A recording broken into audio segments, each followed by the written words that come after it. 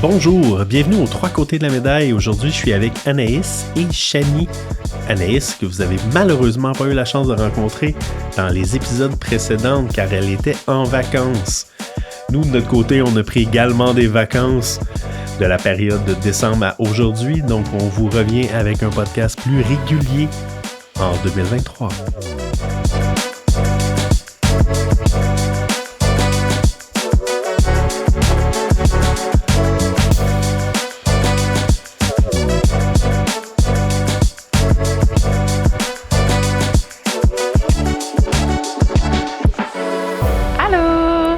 Bonjour, comment ça va? Vous avez passé un bon week-end? Oui, toi? Ben oui, tous les lundis matins, ils savent pas quoi dire à la télévision, donc ils nous partent avec des annonces d'immobilier, ils essayent de nous parler de changements de marché, ils essayent de nous parler de toutes sortes d'idées.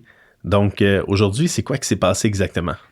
En fait, il y a un article qui est sorti. Je vais vous lire le titre. « Des centaines de courtiers pourraient décider de quitter la profession ». Fait qu'aujourd'hui, on va parler un petit peu de qu'est-ce que globalement a été dit dans cet article-là. Le Journal de Montréal. Oui, dans le Journal de Montréal. Hein. Puis des commentaires qu'il y a eu, parce qu'on trouvait ça pertinent de lire les commentaires et pas d'y répondre, mais de parler autour de ça, de qu'est-ce qu'on en pensait. Parfait. Donc, les filles, parce que dans le fond, votre immersion à l'immobilier est quand même un peu plus récente que la mienne. Est-ce que d'avoir une date butoir comme le 1er mai pour le renouvellement de permis, quand ils disent qu'ils prennent cette espèce de photo-là, disant au 1er mai, il y a plein de courtiers qui vont arrêter, est-ce que dans vos cours, quand vous avez fait ces cours-là, ils vous disaient que tout le monde qui faisait les cours allait rester dans l'immobilier en éternité? Non. C'était quoi votre stats qui vous disait? La statistique. Moi, quand j'ai commencé l'école, on était, je pense, 33 dans la classe. Puis on a terminé aujourd'hui, si je me trompe pas, on doit être à peu près 3 ou 4 courtiers qui travaillent encore, ou du moins qui ont eu leur permis. Fait que dans le fond, en chiffres, c'est à peu près un peu l'équivalent de ce qu'on avait, là. Ce qu'ils nous disaient, nous, quand on commençait au début des années 2000, c'était que sur 10 courtiers qui commençaient la profession, au bout de la première année, il en restait 2. Puis au bout de la 3e année de ces 2-là, il en restait 1. Une demi. Ouais, c'est ça. Le pourcentage était vraiment... à la fin de l'histoire, là, il y avait à peu près pas personne qui restait plus de 3 à 5 ans dans la profession. Là. La plupart du temps, ils abandonnaient parce que c'était trop demandant, trop d'heures. Fait que dans le fond, on dirait que c'est d'essayer de faire du sensationnalisme. Désolé, il me manquait comme une voyelle pour pas grand-chose. Là. On constate d'emblée qu'il y a un roulement. Puis là, dans le fond, comme tu as dit tantôt, c'est vraiment une photo qui est prise à un moment précis du nombre de courtiers immobiliers qu'il y a au Québec, du nombre de courtiers immobiliers résidentiels qu'il y a au Québec. Puis ouais, c'est fou de constater que par rapport au nombre d'entrées, les sorties sont quand même moindres, à mon avis, là. Si on compte à peu près, selon la statistique qu'on avait sortie tantôt, là, à peu près 2000 à 4000 courtiers par année qui rentrent dans la profession, pour à peu près, là, on avait des statistiques comme 300 à 600 courtiers immobiliers qui quittaient par année à peu près. Oui, c'est ça. Comme avant le COVID, on avait l'étape, je pense, on était à 14 500 courtiers, puis ça flottait autour de ça. On a eu pendant les 20 dernières années, à un moment donné, qu'on a monté plus de 17 000 courtiers. On était proche, je pense, de 18 000. Au début des années 2000, on était à 9 000. Fait qu'il y a eu une fluctuation, puis il y a toujours eu un marché. Fait que c'est pas une... En fait, à mon avis, c'est pas une panique en soi. C'est sûr que l'article est sorti par rapport à Dominique Saint-Pierre, qui est VP chez Royal Lepage, je crois. Là, c'est lui qui s'occupe des franchises au niveau de Royal Lepage. Ben, du moins, c'était lui à l'époque. Fait que c'est sûr que si je suis un entrepreneur qui est propriétaire d'une franchise, que ce soit Remax, que ce soit Royal Lepage, Via Capital, j'ai monté un bureau de 100 personnes, 100 courtiers, ben j'ai 100 revenus potentiels dans le fond dans mon bureau, puis on en perd 10%, ben je perds 10 courtiers, je perds 12 courtiers, je perds 20 courtiers. Fait est-ce que ça va impacter le marché de façon générale? Ben, non. Il y a toujours eu dans le fond, il va y avoir moins de courtiers qui vont juste faire plus de transactions versus d'autres courtiers qui en faisaient pour la plupart, pas tant que ça. Là. Il y a énormément de courtiers qui n'ont même pas un listing à leur actif en ce moment. Là. Fait que ça veut pas dire qu'ils ne travaillent pas. Ça veut pas dire qu'ils magasinent pas avec des acheteurs. Ça veut juste dire que dans la représentation, ça n'aura pas un énorme impact, à part le fait d'être propriétaire d'un bureau. Hein. Mais selon moi, l'article il était plus destiné aux nouveaux courtiers, vu qu'il y avait quand même eu une hausse, une hausse oui, une hausse de courtiers depuis le début de la pandémie. Fait que depuis ce temps-là, parce que moi, dans ma classe, on était une 50aine, ce que je me rappelle. Puis, je pourrais pas dire, par contre, combien de courtiers, mais il y en a quand même plusieurs là, qui sont courtiers. Qui ont fini. Fait que je présume que c'est plus destiné à eux, vu que là, eux autres, ils ont toujours vécu un marché qui était toujours à la hausse. Fait que, wow, tu sais, ça va bien. Fait que je présume que là, suite à la baisse avec les taux, l'inflation, là, il y a vraiment une baisse de marché. Donc, sûrement que c'est plus destiné à eux en disant que, Mais c'est sûr qu'il va y avoir un impact. Là. Si on prenait les chiffres que le Collège d'enseignement immobilier parle, c'est qu'ils font à peu près en enseignement pour 1500 à 2000 courtiers, puis par année, ils ont l'air de dire qu'ils ont à peu près 50% du marché québécois. Ça veut dire qu'il y a 4000 nouveaux courtiers par année qui rentrent dans la profession. Évidemment, à la fin de cette année-là, ces 4000-là n'existent pas nécessairement toutes. Puis de l'autre côté, ben, il y a toujours des gens qui prennent leur retraite. Là. L'immobilier, ça a toujours été... En fait, on est un peu l'exception. Là. J'ai commencé à 21 ans, vous avez commencé à... Anaïs, 19. Mais tu sais, Chani, t'avais... Je commençais l'école à 20 ans, puis j'étais courtière à 21. Ouais, fait que tu sais, dans le fond, 22. Ouais, 22 l'année passée. Ouais, tu venais d'en... Fait que, mais habituellement, c'est souvent une deuxième carrière. C'est souvent des gens qui ont 45, 50, 55 plus. Fait que quand ils ont resté dans leur entreprise un certain laps de temps, ben, ils prennent leur retraite. Donc, c'est normal qu'il y ait un roulement. Parle-moi donc des fameux commentaires qu'il y avait sur cet article-là, là, qu'on puisse se mettre là-dedans sur des choses très succulentes. Bon, je vais descendre voir les commentaires. Parce que là, j'avais sorti la statistique là, qui donnait à peu près actuellement, là, avec le nombre de courtiers immobiliers qu'eux avaient sorti, donc 16 000 et des poussières, là, 16 755. Ouais. Puis le nombre de maisons actuellement sur le marché à vendre, donc 52 550 à peu près.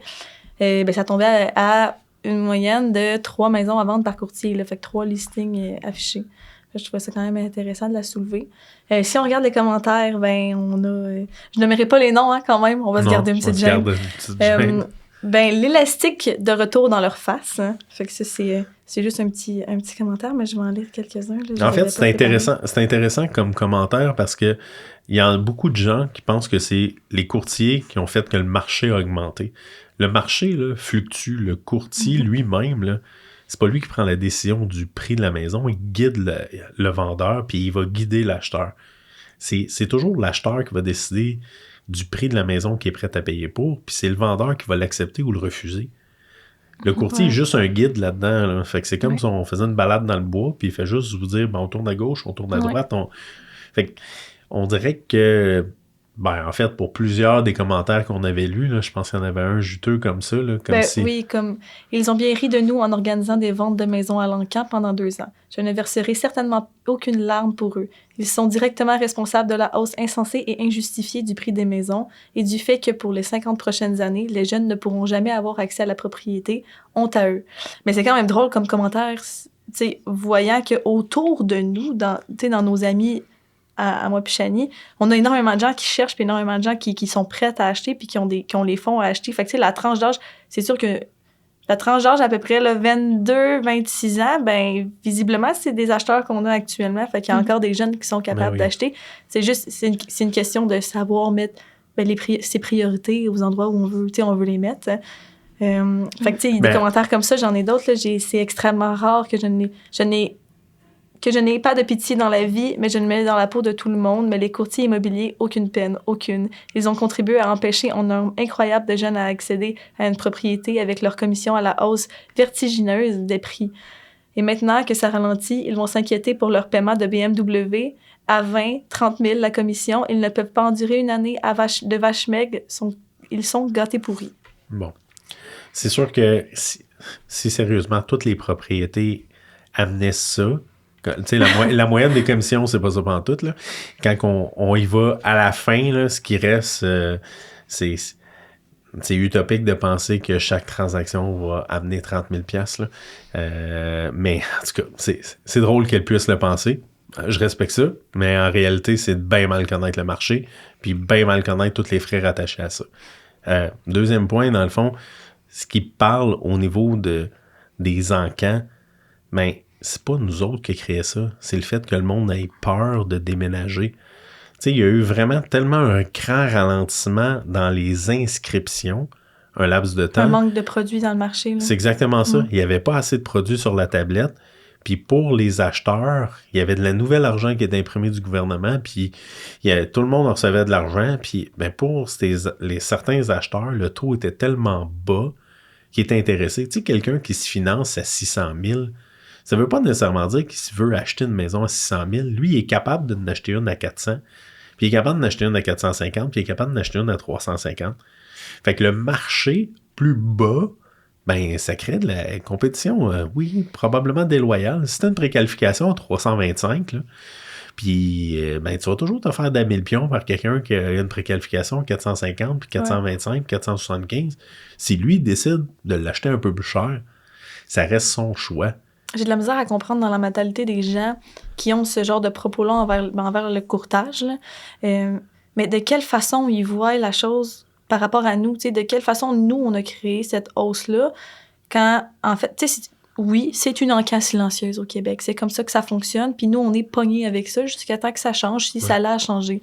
Fait que, puis c'est malheureux parce que, justement, quand on fait des offres puis qu'on est en offre multiple avec nos clients acheteurs, bien, on essaye de les guider du mieux qu'on peut, mais on le sait jamais. Comme tu dis, une personne qui arrive puis que, ben, qu'une préqualification à 600 000 va toujours dépasser celle avec la préqualification à 300 000 si lui décide de mettre un prix supérieur. Il y a une plus grande capacité d'achat. Fait que c'est pas nous qui la créé, cette hausse-là. Fait que j'arrive pas, faudrait que vous m'aidiez, mais j'arrive pas à comprendre le chemin que ces gens-là prennent pour mettre la faute sur le courtier immobilier. Quand nous, notre... Selon moi, l'OACQ avait passé une loi parce qu'il y avait certains courtiers qui affichaient une propriété qui était moindre que sa valeur pour amener une surenchère, techniquement. Oui. Donc, ces courtiers-là ne veulent pas que... Oui, en fait... C'est à cause de ces courtiers-là qu'il y a des commentaires comme ça.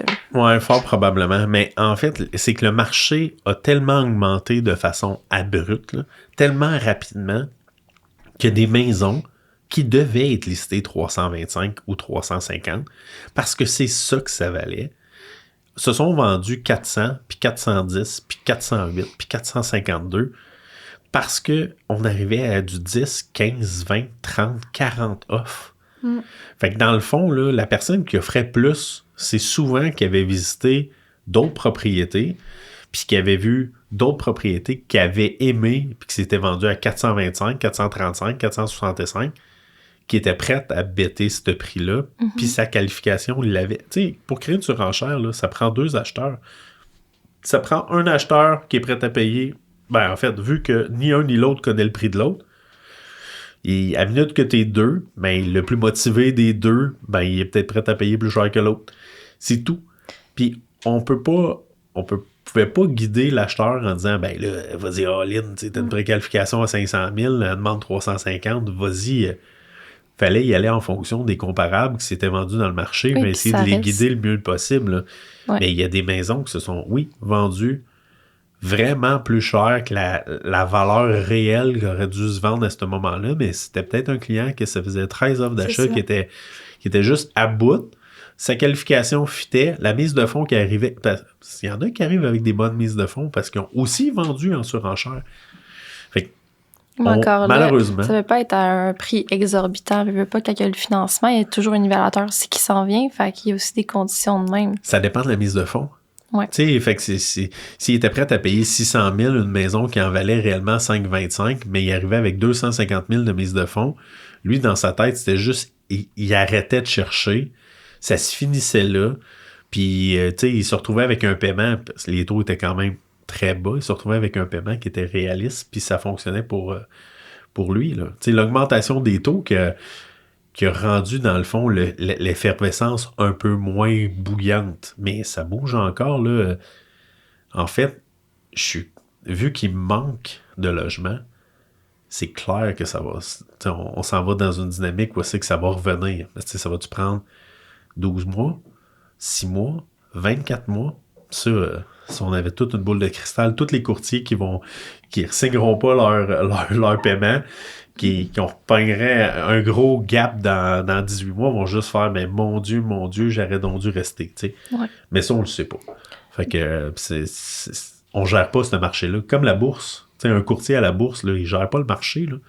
Ouais. Lui, il guide son client à rentrer dans le marché puis sortir dans le marché quand le client le demande, puis avec ses objectifs qui ont monté son portefeuille. Fait que, y avait-tu d'autres commentaires? Il y en a plusieurs. Là, mais là, intéressants. J'en lisais un actuellement là, qui dit « Rendu à un certain âge, si tu as la chance de vendre ta maison à un membre de la famille, de ta famille ou de la famille, aucun besoin d'un courtier, ni même de la banque. On se contente du notaire et par la suite, on gère tout entre nous. » Puis je trouvais ça pertinent de le lire parce que ça n'a pas vraiment un rapport avec l'article, mais tu sais, c'est un choix là, de laisser 50 000 sur la table. Tu sais, c'est souvent ça qu'on dit. Là. C'est un choix de laisser de l'argent sur la table. Si tu es prête, parce que l'argent, c'est pas un stress pour toi, puis justement, tu arrives à un certain âge où tu vas prendre ta retraite, puis tu dis, ben j'en ai assez, ben tant mieux. Si tu arrives à pouvoir juste le passer puis le céder à la famille ou à un membre ou à un voisin ou à la gardienne. Il y a beaucoup de pays, c'est ça. Dans le fond, que c'est de génération en génération en génération, tu sais. Fait que c'est juste normal, là. C'est pas une mauvaise chose. Puis oui, je vais dire, ils ont raison. Là. Ils ont raison de dire que dans une situation de même, on peut juste être un guide, là. Puis c'est tout. Oh, puis dans le fond, il pourrait là, aussi il parle même pas de guide, là, il parle mais il pourrait même faire affaire avec un évaluateur. Tu sais, la logique serait dans une situation comme ça, faire affaire avec un courtier pour avoir un prix ou un évaluateur agréé pour avoir un prix, puis définir leur prix de vente entre eux autres. Fait que ça serait correct. Des commentaires négatifs que je saute, là, il n'y a rien de plus malhonnête qu'un courtier immobilier. En tout, moi, lorsque je vais vendre, c'est 100% garanti que ce ne sera pas avec un courtier. Fait que, il y en a beaucoup des commentaires, fait que je vais en passer quelques-uns. Mais ça, de toute façon, ça a toujours été, là. C'est pas... Oui, il y a toujours eu des gens qui étaient pour avoir un courtier pour les aider, puis d'autres qui veulent juste vendre seuls. Puis, entre toi et moi, ils chantent. Mm-hmm. la réalité, tu sais, ça se peut bien qu'ils vendent avec un courtier à la fin de l'histoire, pas annoncé avec un courtier, mais que le courtier arrive avec des acheteurs, là. Depuis la fin des 2008, je pense que les contrats de courtage d'achat sont rentrés.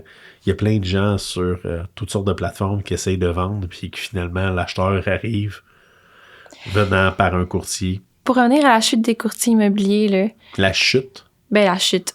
La baisse de courtiers. La baisse de nombre, OK. La baisse de nombre, là. La baisse en nombre. Pensez-vous que ça a rapport peut-être avec du proprio? Que si, mettons, Desjardins est affilié avec eux, puis que ça va faire un lien? Pas du tout. En fait, c'est aucunement.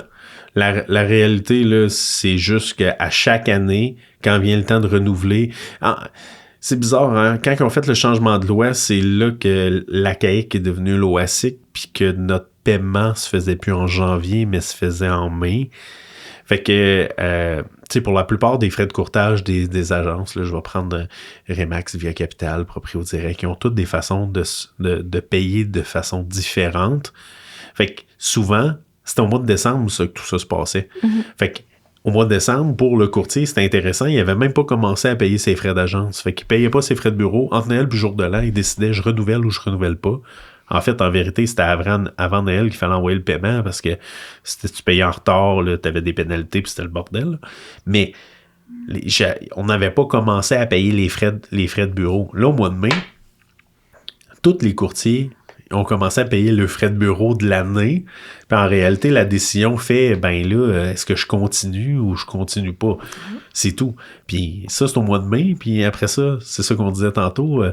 Au mois de juin, c'est la psych qu'on paye un autre 1000 qui revole, tu sais, avec les assurances. Puis, fait tu sais, en vérité, c'est juste qu'ils ont déplacé le problème, là. Mais tu sais, comme tu as dit au début, là, d'entrée de jeu, quand on a commencé à parler de ce sujet-là, c'est un roulement. Là. Ben oui. C'est littéralement ça. Puis là, actuellement, il y avait probablement pas d'autres sujets de quoi parler aujourd'hui pour sortir cet article-là. Ouais. Parce que c'est pas dramatique que 600 ou 1000 courtiers cette année, selon les projections qu'ils ont faites, quittent le domaine parce qu'il y en a des jeunes, comme nous ou comme n'importe quel jeune qui sont rentrés dans la profession ne sachant pas ces clés-là, comme quoi, ben il y a des frais d'agence, il y a des frais, tu sais, on faisait le calcul tantôt à peu près là, dans les bannières, là.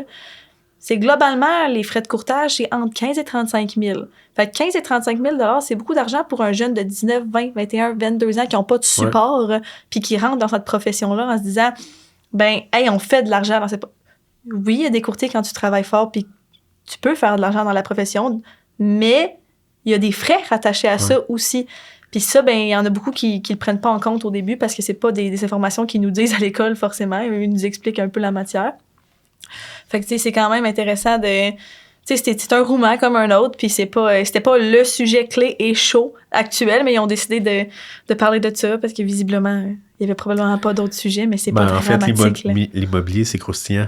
Tout le monde en parle autour d'un verre de vin, on en parle mais c'est le soir. pas ça qui va faire en sorte que Ben non. il va y avoir plus de maisons, il va y avoir moins de maisons, les gens vont mieux travailler, c'est juste normal. Ben oui. En fait, ça changera rien au marché. Non. En réalité, c'est juste que ça sera pas votre beau-frère qui va vendre votre maison parce qu'il va avoir été courtier pendant 7 mois puis il n'aura pas fait de transaction. C'est tout ce qui va se passer. Il va y avoir un changement puis il va y avoir des courtiers qui vont rester. Il y a des courtiers qui vont prendre leur retraite. Puis c'est pas plus grave que ça. Le marché est quand même en évolution. Le marché est en changement. Le fait que les taux d'intérêt augmentent, ben ça amène des acheteurs un peu plus craintifs. On rentre dans un marché... Tu sais, je peux comprendre qu'il y a des acheteurs là-dedans qui ont été échaudés, qui ont fait des visites, puis c'était des visites 15 minutes à cause de notre histoire de COVID. Puis là, ils voulaient... Tu sais, parce que quand on vend une maison, si le premier acheteur veut faire une offre, est-ce que ça serait logique d'accepter juste la première offre quand finalement on a reçu 62 demandes de visite? Tu sais, pour le vendeur, quand tu représentes le vendeur, ben, il faut lui dire, forcer d'admettre qu'on sait pas c'est qui ton bon acheteur. Fait qu'il faudrait faire visiter les 62 personnes, puis il faut pas non plus les faire bretter pendant 3 semaines, savoir c'était qui.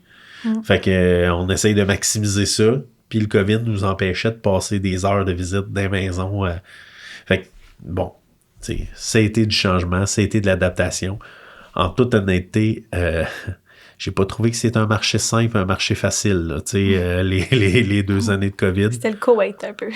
Vraiment. Ça a été assez spécial de rentrer dans un marché comme ça, là. Ça avait juste pas de bon sens, là. Tu sais, des fois, on avait des fils en avant des maisons. Fait que les courtiers qui ont commencé dans un marché de même, quand avant ça prenait 6 et 9 mois vendre une maison. Ils comprennent pas ce qui se passe actuellement. Mais c'est un peu... Tu sais, je le comprends parce que tu le vivais et j'étais ta fille et je vivais avec toi, donc je le vivais. Mais les courtiers qui l'ont pas vécu... Tu le vivais ou tu subissais? Un peu des deux. Mais les courtiers qui l'ont pas vécu, là, je comprends totalement, tu sais, en ce moment, l'espèce de complexe qu'ils vivent intérieurement, là. Ben, c'est normal de se questionner. Ouais. Donc, sur ce, ben écoutez, il va y avoir quand même des nouveaux courtiers qui vont rentrer cette année. Il va y avoir encore des courtiers qui vont prendre leur retraite puis qui vont abandonner au mois de mai. Et des courtiers de passage qui vont avoir été là 4, 5, 6, 10 mois. Puis c'est correct. Ça changera pas ce qui s'est passé avec l'immobilier, puis ça changera clairement pas le fait des valeurs au marché. Nous, on n'est qu'un intervenant dans une transaction immobilière. On décide clairement pas du prix. Ça reste toujours le choix de l'acheteur puis le vendeur. Donc, ben merci. Puis en souhaitant pas vous rentendre, mais venir nous rentendre la semaine prochaine. Bonne journée. Bonne journée.